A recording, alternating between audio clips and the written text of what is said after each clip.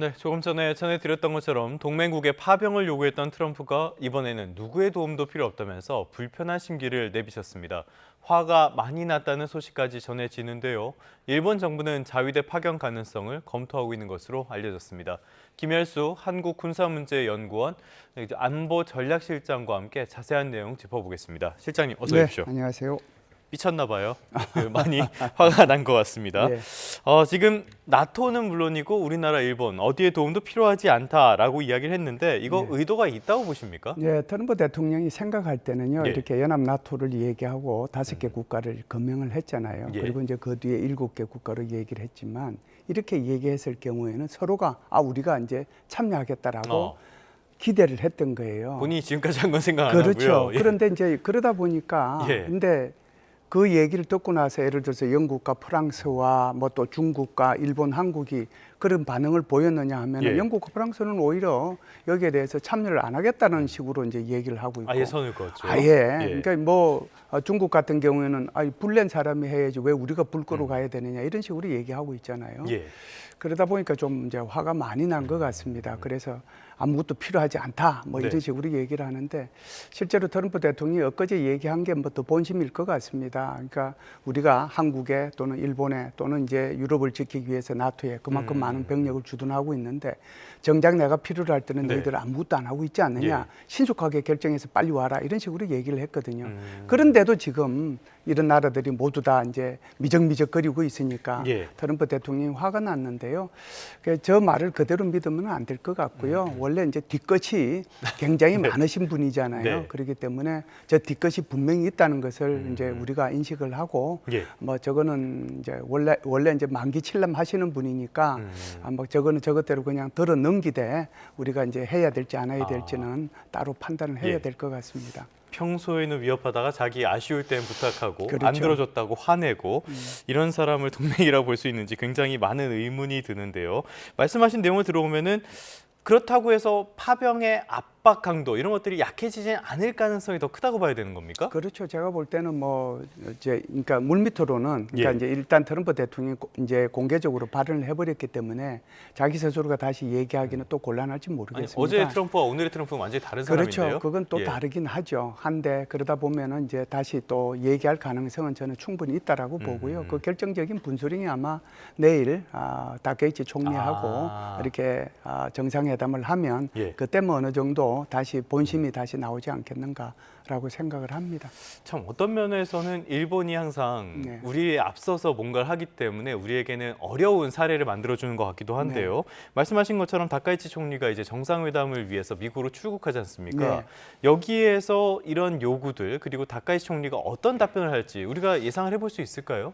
그럼요. 예상은 뭐 충분히 할 수 있습니다. 예. 다케이치 총리가 지난주만 하더라도 뭐 이란 문제에 대해서 아무것도 결정된 것이 없다라고 얘기를 예. 했거든요. 그런데 며칠 전에만 하더라도 다케이치 총리가 중의원에 이렇게 불려 나와가지고 예산심사위원회 할 때 지금 거기에서 이란이 계속해서 기뢰를 살포한다고 그러는데 거기에 그러면 우리 소해정 기뢰를 이제 제거하는 그 배를 이제 소해정이라고 부릅니다. 그 소해정을 파견할 용의가 있느냐 했을 때 다케이치 총리가 뭐라고 그러냐면은 이건 안전에 관계되는 문제라 굉장히 고민을 해야 된다 이런 식으로 얘기를 했거든요. 그럼에도 불구하고 일단 이제 정상회담 날짜는 정해졌단 말이죠. 그러다 보니까 이제 어제 그제 이렇게 언론에서 나온 걸 보면 다케이치 정부도 이 부분에 대해서 참여 여부, 참여하면 어떤 규모로 끝나고 나서 어떻게 뭐 이것까지 지금 광범위하게 아마 토의를 하고 아마 다케이치 총리가 오늘 저녁쯤에는 이제 출발하겠죠. 오늘 출발하기 전에는 다케이치 총리가 어떤 보관을 가지고 가지 않겠는가라고 생각을 합니다. 그래서 지금 우리 앵커님 말씀하신 것처럼 일본이 뭐 우리보다 앞서서 이렇게 이제 하는 것은 우리한테는 좋은 선례가 되죠. 일본을 보고 나서 우리가 판단을 하면 되니까. 제가 생각할 때는 일본의 다케이치 총리가 트럼프 대통령을 만났을 때 일단 개괄적으로 우리는 적극적으로 참여하겠다. 대신에 법적 절차는 거치겠다. 이런 얘기를 할 거예요. 그러면 이제 법적 절차에 대해서 좀 말씀을 드려야 되는데 예. 일본이 이제 소위 말하는 안보 법제라고 하는 것이 세 가지가 있거든요. 첫 번째 법제가 이제 중요 영양 사태라고 하는 법제입니다. 예. 근데 이건 옛날에는 이것을 이제 주변 사태법이라고 그랬어요. 그래서 주변 사태에 무슨 일이 일어났을 때 후방 지원만 해준다는 겁니다. 아. 예를 들어서 유류를 제공해주고 예. 수송을 해주고 보급을 해주고 의료 지원을 해주는 것을 얘기하는 거고요. 두 번째는 이제 PKO와 관련된 평화 유지 활동과 네네. 관련된 거니까 이건 뭐 특별한 게 아닌 것 같고요. 이번에 이제 만일 파병해야 되면은 자위대 파병과 관련된 법이 바로 무력 공격 사태법이거든요. 그래서 무력 공격 사태법이라는 게 이런 겁니다. 일본과 밀접한 관계에 있는 국가가 어떤 공격을 받아서 네. 그 국가로 인해 가지고 일본의 존립에 위협이 생길 때 아. 그때는 일본은 집단적 자위권을 행사할 수 있다. 그 예, 예. 공격받은 국가와 함께. 그냥 쉽게 생각을 하면 미국이 공격을 받았을 때 미국의 공격받은 것이 일본의 존립에 위협이 된다고 하면 그땐 미국과 적절할 수 함께 있다. 같이 예. 무력 공격을 할 수 있다라고 하는 것이 바로 이게 무력 공격 사태법이거든요. 그러면 이제 이걸 가지고 이제 중의원과 참의원에서 논의를 할 겁니다. 일본은 원래 이렇게 헌법도 이제 개정을 잘 안 하고 헌법 네. 해석을 통해서 이제 이렇게 이제 좀 바꾸잖아요. 그래서 우리는 그 일본 헌법을 해석 헌법이라고 그러는데 법률도 여기 나와 있는 것이 애매할 수 있거든요. 뭐 법률에 과연 모든 게다 이것이- 있을 수 그렇죠. 없으니까요. 이것이 우리한테 정말 존립의 위협이 되느냐? 아. 이것 가지고 이제 아마 네. 갑론을박이 좀 벌어지면서 시간을 벌지 않을까. 그래서 우리도 그걸 보면서 대한민국이 과연 파병을 해야 되는지 안 해야 되는지 예. 그리고 파병을 해야 되는 것이 지금 청해 부대가 그쪽으로 가서 임무를 그대로 수행해도 되는지 안 되는지 청해 부대의 무장력이 충분한지 안 한지 그리고 청해 부대가 받은 임무가 해적 소탕하고 그리고 우리의 상선 보호 임무인데 이것이 전투 지역으로 가는데 임무가 달라지는데 그러면 국회 동의를 안 받아도 되는 건지 받아야 되는 예. 건지 그리고 이제 만일 파병한다고 그러면은 이렇게 이제 연합 함대의 소속의 일부로서 들어가는 것이 좋은 건지 독자적으로 파병하는 것이 좋은 건지 우리가 고려해야 될 사항이 정말 너무 많습니다. 그래서 일본이 하는 것을 보면서 좀 천천히 서둘러도 되지 않겠느냐 이런 생각을 해요. 지금 정부나 여당, 야당에서 나온 이야기는 국회 비준이 필요하다라는 네. 이야기가 계속 나오고 있으니까 이거를 빌미로 말씀하신 것처럼 일본처럼 시간을 끄는 전략도 필요할 것 같은데요. 자, 미국 상황 좀 더 살펴보도록 하겠습니다. 미국 내 소위 말하는 마가 진영 네. 이쪽의 분열이 이제는 가시화되는 것 같아요. 네. 조 켄트 미국 국가대테러센터 국장이 사임을 했습니다. 네. 원래 트럼프의 강력한 지지자였다면서요? 네, 그렇습니다. 예. 근데 이제 이 사람이 사임한 이유를 이제 크게 한 세 가지 정도로 이제 말씀을 드릴 수가 있는데 하나는 이제 언론 통제하고 정보 왜곡이 계속해서 이제 백악관에 의해서 이루어지고 있다. 이렇게 이제 얘기를 하는 거죠. 그래서 미국의 피해가 상당히 생각보다 많은데 이걸 이제 계속해서 백악관에서는 이걸 이제 축소하려고 그러고 있다라고 하는 거고. 그래서 이제 또 호르무즈 해협에서 기뢰의 위협, 네. 당장 기뢰가 살포됐는지 아닌지는 미국에 이렇게 발표하고 또 이란이 발표하고 다르거든요. 이란의 외교부 차관은 우리는 기뢰 설치한 적이 없다라고 그랬기 했죠. 때문에 예. 또 그리고 사실상 유조선들이 지금 호르무즈 해협을 빠져나오고 있는 그런 상황이잖아요. 네네. 특정한 국가에 한해서. 그렇죠. 그런 거 보면 기뢰가 설치 안 했을 수도 있단 말이죠. 근데 어찌됐든 이 기뢰의 위협에 대해서 굉장히 이것이 심각하다라고 이렇게 보고를 했음에도 불구하고 여기에 대해서 좀 이렇게 백악관에서 이걸 무시하는 듯한 그래서 이런 것들이 이제 CNN이나 이렇게 또는 뉴욕타임즈나 이렇게 트럼프를 공격하는 이런 언론에 나가지 못하도록 하는데 이렇게 이제 하다 보니까 이게 무슨 얘기냐 사실상 이게 있다. 그렇죠. 예. 이제 그런 데 대한 것들이 좀 크지 않았냐라고 보고요. 두 번째는 이제 이게 그 하메네이를 이렇게 암살할 때 이게 이제 정상적인 이렇게 이 자신들의 조직이 있지 않습니까? 예. 그 자신들의 조직을 통해 가지고 이것이 이제 보고되고 판단하고 결심을 해야 되는데 그게 아니고 CIA하고 특수작전부대한테만 이렇게 어떻게 보면 비선이죠. 그렇죠. 그렇게 해가지고 이 문제가 이루어진 게 아니냐. 그러면은 우리 같은 이런 조직들이 왜 필요하냐. 이런 데 대한 이제 좀 문제가 있었던 것 같습니다. 네네. 그래서 아마 이 사람이 이제 나는 더 이상 못하겠다고 이제 이렇게 나왔는데 글쎄요, 이게 이제 한 사람만으로 끝날지 네. 또 이제 다른 정보기관과 관련되는 사람들로 이렇게 확산이 돼서 될지는 예. 잘 모르겠습니다. 좀 더 두고 봐야 될 것 같아요. 국가 대테러센터가 뭐 하는 곳입니까? 정말 이제 대테러 센터죠. 테러가 일어나지 않도록 하는 이제 임무를 수행하는 것이죠. 그러면 이런 대한- 사안에 있어서는 사전 이렇게 정보를 하거나 보고를 하는 이런 역할을 해야겠네요. 예, 그렇죠. 이제 예. 그런 역할을 해야 되는 거죠. 또 대테러 센터라고 하는 것이 사실상 이란에서 이게 자신들이 얘기했잖아요. 제2 전선을 확대하겠다라고 얘기했거든요. 예. 그 제2 전선이 뭐겠어요? 결국은 제1 전선은 직접 부딪혀서 이제 무력으로 공격을 하는 거지만 제2 전선은 해외에 있는 미국 공간들 또 미국 내에 있는 미국인과 기업들 테러 같은 이런 것들입니까? 것들을 테러를 예. 하는 거고 예. 그다음에 이제 사이버 테러도 있을 수 있거든요. 그런 사이버 테러를 하는 거란 말이죠. 그래서 물리적 테러와 사이버 테러에 대한 이걸 방어하는 그리고 보호하는 이 임무를 수행하는 것이 바로 네. 대테러 센터라고 볼 수가 있습니다. 알겠습니다. 지금 마간에서 분열 조짐이 보이는 건 뭐 터커 칼슨이라든지 대표적인 스피커들이 하는 말을 봐도 분명히 알 수 있을 것 같은데요. 자, 앞서서 호르무즈 해협 말씀을 해주셨으니까 요 상황도 살펴보죠. 말씀해 주신 것처럼 지금 이란이라든지 인도라든지 파키스탄이라든지 이런 국가의 선박들은 지금 호르무즈 해협을 통과하고 있단 말이죠.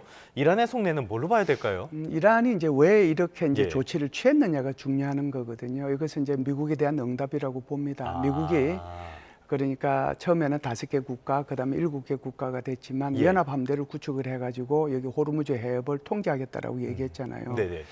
그러니까 바로 이란에서 나온 것이 난 선별적으로 통과시켜주겠다. 그래서 이란의 적이 아니면 그러니까 대표는 이제 된다. 미국과 이스라엘이 아니면이죠. 여기서는 그런데 이제 적이 이제 더 생기게 되겠죠. 5개 국가 또는 7개 국가가 오면은 이들도 적이 되는 거죠. 예, 예. 그러니까 이들 국가는 빼고 나머지 국적의 유조선들과 그리고 민간 선박들은 다 통과시켜주겠다 이 얘기거든요. 네. 편가르게 하는 겁니다. 미국 편에 네가 붙어가지고 기름을 하나도 받지 못할래. 예. 그렇지 않으면은 우리한테 이렇게 이제 하고 협력을 해가지고 기름을 받을래 이런 얘기거든요. 그래서 아마 이거는 어떻게 보면 또 이란의 작전이 좀 성공하고 있다는 것을 보여주고 있는데 어떻게 됐든지 간에 이 전쟁의 명분 이런 걸 떠나서 결과적으로 보면 영국과 프랑스, 독일, 호주, 중국 그리고 이런 나라들이 이제 참여를 안 네. 하겠다고 그러고 또 이제 일본은 뭐 내일 모레 이제 내일 이제 결정이 되고 한국도 아주 선뜻 이렇게 나서지 않는 걸 보면 우리나라 일본도 뭐 뜨뜻미지근한 거니까요. 그렇죠. 그러니까 이제 보면 이란이 자기가 편가르게 한 것이 자신들이 생각할 때는 지금 성공하고 있다 예. 이렇게 이제 판단할 수도 있거든요. 그렇기 때문에 이렇게 편가르기를 해서 관련되는 유조선은 계속 통과시켜줄 예. 가능성은 있고 이런 것 때문에 이제 뭐라고 할까요? 유가는 좀 떨어지고 주가는 좀 올라가고 이런 현상이 발생했다 이렇게 볼 수가 있습니다. 알겠습니다. 간밤에는 유가가 다시 오른 걸 보면은 시장에서도 약간 그 신빙성이라든지 네. 현실 가능성에 대해서는 약간 의심을 가지고 있는 것 같아요. 그렇습니다. 자, 이제 종전에 대해서 네. 어떻게 흐름이 갈 것인가도 한번 살펴봐야 되겠는데요. 일단 EU 쪽에서는 제3국을 통해서 여러 가지 제안을 했다 이런 이야기들도 하고 있고요. 이란에서는 이런 것들 다 거부했다라는 이야기가 나오고 있거든요. 앞으로 이게 어떻게 전개될 걸로 전망을 하십니까? 뭐 이란도 거부했다고 그러고 예. 뭐 트럼프 대통령도 그렇게 몇 번의 중재 제안이 왔지만 나는 이게 마음에 안 든다. 조금 더 공격을 해서 이란을 완전히 항복시키겠다. 그러니까 트럼프 대통령도 사실상 거부한 거죠. 그런데 페제스키안 대통령이 얘기한 것이 종전 선언의 조건이 있거든요. 예. 그 조건들이 이제 트럼프 대통령이 생각할 때 너무 까다롭다라고 보는 거죠. 첫 번째는 다시는 미국이 침략하지 말아라. 두 번째는 배상해라. 돈 내놔라. 세 번째는 예. 국가에 걸린 우라늄 농축 허용해라. 그런데 우라늄 농축 허용하는 것은 바로 이란이 핵무기 국가가 예. 될까 봐서 미국이 이란을 공습을 했는데 이것은 공격 목적 자체가 없어지는 거예요. 명분 자체를 부정하는 거네요. 안 되는 거죠. 예. 이거는 두 번째는 배상이라고 하는 것은 완전한 그 승리 국가, 완전한 패배 국가가 정해졌을 때 우리가 1, 2차 세계 대전처럼 물론 2차 세계 대전 때는 배상금을 물어내지 않도록 했습니다. 근데 1차 세계 대전 때 이렇게 보면은 완전히 승리한 국가가 독일한테 배상금 다 받아냈잖아요. 예. 그래서 독일 경제가 엉망이 돼 버렸는데 그런 경우에 배상금을 내는 거지. 지금 뭐 미국이 패배했습니까? 거기에 거기에 이제 배상금 내라니까 이게 말도 안 된다라고 하는 거고요. 예. 첫 번째 이제 상황도 다시는 이제 이란을 침략하지 말아라고 그러는데 이란이 그 뒤에 또 핵무기 만들고 그러면은 이걸 어떻게 할 거냐. 그러니까 그 세 가지 조건이라고 하는 것이 너무 허들이 높다는 거예요. 아, 예, 그 허들이 높으니까 지금 트럼프 대통령은 오히려 이번 주죠. 엊그제부터 시작한 이번 주에 훨씬 더 강하게 이란을 압박해서 한국을 네. 받아내겠다라고 하는 거고, 그래서 USS 트리폴리라고 하는 사세보항에 있는 준 항공모함 그 위에 예. F-35 20대가 탑재하는 그것까지 지금 이동이 다 됐단 말이죠. 그러면은 훨씬 더 타격이 많아질 거고. 네. 그래서 이제 그 연합함대 구성도 오히려 이 이란을 압박하는 하나의 수단으로서 이 얘기를 꺼냈던 거거든요. 예.